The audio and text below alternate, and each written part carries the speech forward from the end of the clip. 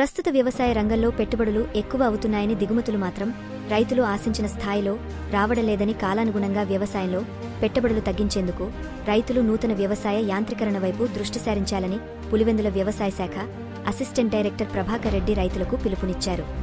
లింగాల మండలం ఇప్పట్ల గ్రామానికి చెందిన శ్రీలక్ష్మీ వెంకటేశ్వర రైతుమిత్ర గ్రూప్ సభ్యులకు కూటమి పార్టీ నాయకులతో కలిసి కిసాన్ డోస్ డ్రోన్లను వేంపల్లి మండల టీడీపీ ఇన్ఛార్జ్ రఘునాథ్ రెడ్డి ఆధ్వర్యంలో పంపిణీ చేశారు. రాష్ట్ర ప్రభుత్వం తలపెట్టిన వ్యవసాయ యాంత్రీకరణలో భాగంగా నూతన సాంకేతికను రైతులు అందిపుచ్చుకునేందుకు రాష్ట్ర ప్రభుత్వం 9,80,000 రూపాయల విలువగల వ్యవసాయ డ్రోన్లను పొందేందుకు బ్యాంకు రుణ సదుపాయంతో 80% సబ్సిడీతో ప్రభుత్వం డ్రోన్లను రైతులకు పంపిణీ చేస్తుందని, రైతులు ఈ అవకాశాన్ని సద్వినియోగం చేసుకోవాలని వారు కోరారు.